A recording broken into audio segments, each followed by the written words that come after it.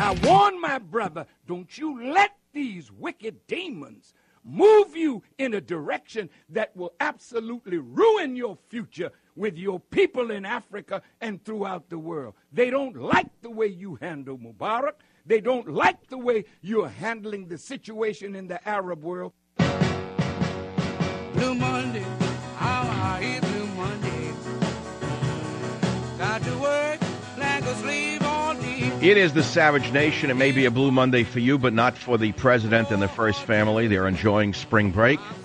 As you well know, the president, his wife, his mother-in-law, and his lovely daughters are having a South American tour.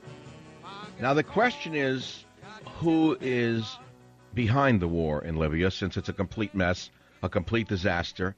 No one has stopped to think about who will follow Gaddafi. How many weeks have I been saying to you, the devil you know is better than the devil you don't know? I told you that with Mubarak. Of course, I was right.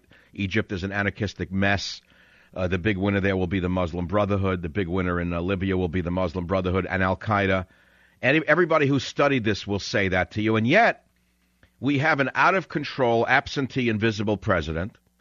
We have a war being launched by nobody knows whom. The Joint Chiefs of Staff fellow doesn't know why it happened, but he said we're going to follow it as it occurs. They asked him what the end game is. He says it's an ongoing situation, meaning he doesn't know what he's doing.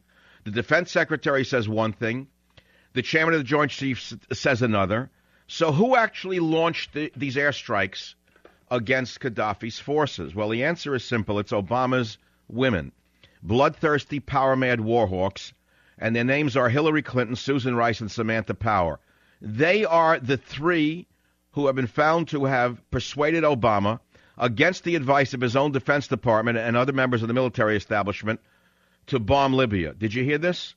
These Valkyries of foreign affairs are Hillary Clinton, Susan Rice, and Samantha Power.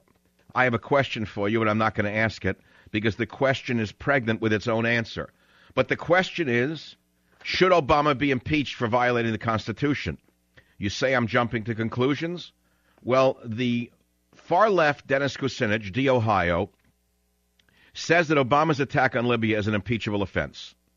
He says President Obama moved forward without Congress approving. He didn't have congressional authorization. He has gone against the Constitution, and that's got to be said. Kucinich told Raw Story, whoever that is. And then Kucinich says, and I'm raising the question as to whether or not it's an impeachable offense. It would appear in its face to be an impeachable offense, Kucinich said. Now, this is the same Frito Kucinich who sued the Congressional Dining Room cafeteria for damaging his tooth.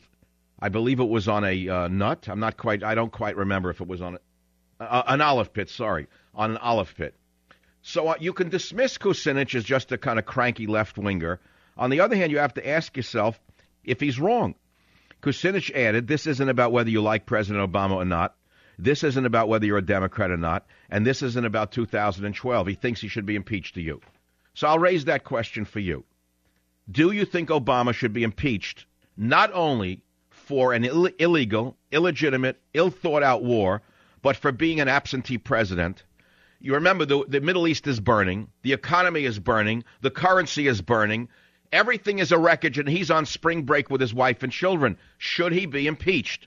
Now, how much is this costing you? Do you have any idea that wars are very expensive? I'll give you a price. On the first day alone, U.S.-led forces launched 112 long-range Tomahawk cruise missiles, which cost about $1 to $1.5 million apiece. So that's $112 to $168 million for the first day's strike in missiles alone. But that's just the beginning. That's just the beginning. The cost could be between $400 and $800 million, according to a report released by the Center for Strategic and Budgetary Assessments. With allies expected to shoulder some of the bill, the initial stages of taking out Libya's air defenses could cost nearly $1 billion. Let's round it off. And after this, a coastal no-fly zone to maintain that would cost between $30 million to $100 million a week. So that's nothing to you, right? Because it's a Democrat war, therefore it's a good war. As long as it has a D next to its name, it's not a bad war. I'll ask you again, should Obama be impeached, A, for being an absentee president, and 2, for launching an illegitimate and absentee war? It's a very simple question. He's trotting the globe, and he's blowing in the wind. He started a third war in the Middle East. We are now at war with 3 Muslim countries. Do I have to remind you what came out over the weekend? Do I have to remind you of these horrendous photographs that have been published in Germany about what allegedly, I'll say allegedly because I don't know who to believe anymore, allegedly some of our special forces troops holding up the heads of dead Afghani civilians as though they're deer that they just hunted in the wilderness. Did you read this or not? You haven't seen Obama's Abu Ghraib? Obama's Ghraib? U.S. troops pictured posing with dead bodies of murdered civilians in Afghanistan. This is far worse than what soldiers were ever accused of doing under G.W. Bush. Remember, all they did was humiliate those prisoners at Abu Ghraib, and yet the left-wing vermin went hysterical. They went crazy. What is your reaction to having seen these pictures, allegedly, of American troops holding up the heads of deceased, shall we say, civilians, because I don't know who they are, as though they're trophies on a hunt? Now, I want to say this before we go into this. I've seen some of the blog reactions, which are, can you send it in a digital file so I can blow it up and put it on my mantle? That's an easy, facile thing to say. But do you really want your troops killing civilians if that's what they did? I don't. Why did this happen? Where is Obama? Why, he's on spring break. He's jealous of all of the other government workers who are gone. He's trotting the globe. Starts a third war in the Middle East, along with the French and the British. Following the French. First time in American history we followed the French. He fires missiles at Gaddafi in Libya without even knowing who the rebels are and who are opposing him. We have reports that the rebels are actually Al-Qaeda. Did you know that? Who is Obama actually helping? Does he know? I don't know. He's in Latin America ushering around the chairman of General Electric and the chairman of Westinghouse and the chairman of the group that represents Sox Burger. What are they doing there? How come I'm the only one in the media who's discovered who actually is trotting South America with Obama? Nobody else reported that, by the way. Not Fox, not AP, not ABC, not CBS, not NBC, not Rush, not Hannity, not Beck. Nobody has reported the names of the individuals on the junket with Obama in South America but me.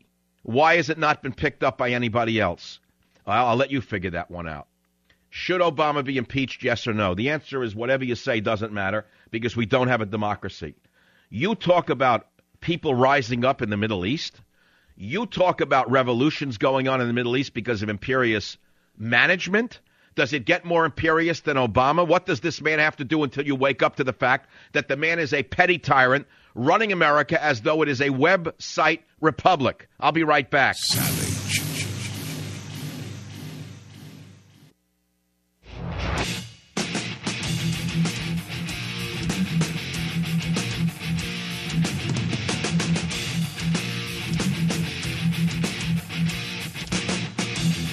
So we're learning, if you actually dig deep enough, which is what I'm paid to do for a living, that Obama is the absentee president, the invisible president, the accidental president.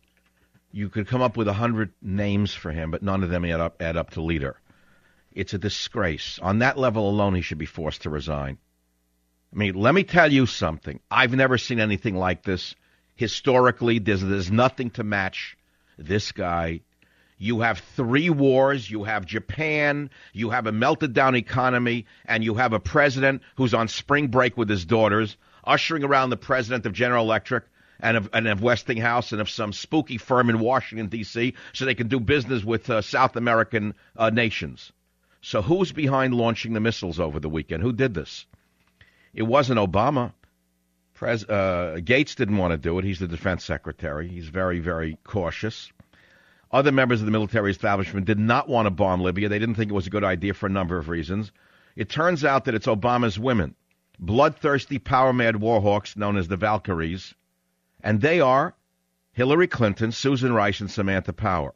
They're the ones who said to launch the cruise missiles. I raised this question.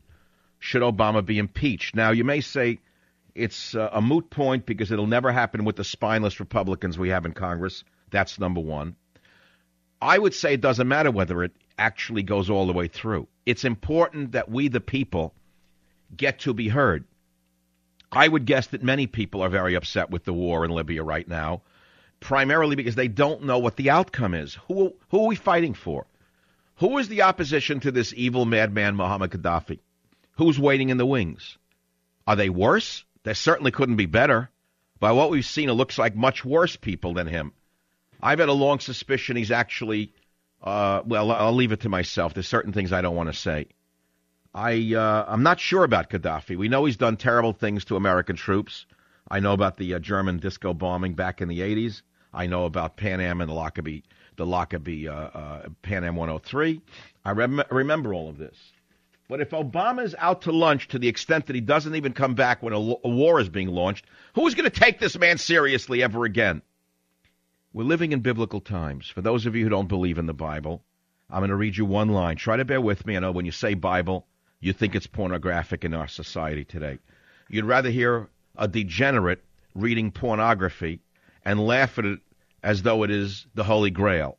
But when you actually hear the words of the Hebrew prophets, you think it's somehow pornographic to hear it on an AM radio station. So let me read you one of my favorites. It's from Isaiah. As for my people, a babe is their master and women rule over them. Bingo, that's all, a one-liner. Was that hard for you to hear? Written thousands of years ago by a prophet named Isaiah in the Old Testament. As for my people, a babe is their master and women rule over them. O my people, they that lead these cause thee to err and destroy the way of thy paths. The Lord is pleading with you. They're begging you to listen to. He's begging you to listen to him. But you're not listening to God. You're listening to, well, what's the difference? I don't have to go down the litany. It's too late in time for me to play games with words. As for my people, a babe is their master and women rule over them. That's Isaiah 3:9 for those of you who are interested in the Bible. Now, I don't want to be a Bible thumper at the risk of alienating those of you who are terrified of God. But an article is going to come out in the American Thinker very shortly where it says, in praise of Michael Savage, Bible thumper. And it starts with this. It says, you don't care. You have no morals, thump. And because you're immoral, we have an amoral president, thump. The country is dying, thump, thump. Wake up, America, shouts a most unexpected prophet. A throwback to the Old Testament prophets he is so fond of quoting.